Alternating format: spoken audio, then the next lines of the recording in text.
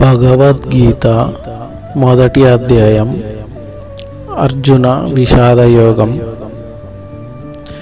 ధృతరాష్ట్ర ఉవాచ ధర్మక్షేత్రే కురుక్షేత్రే సామవేత యుయుత్సవ మమాక పాండవచ్చైవ కిమకుర్వత సంజయ.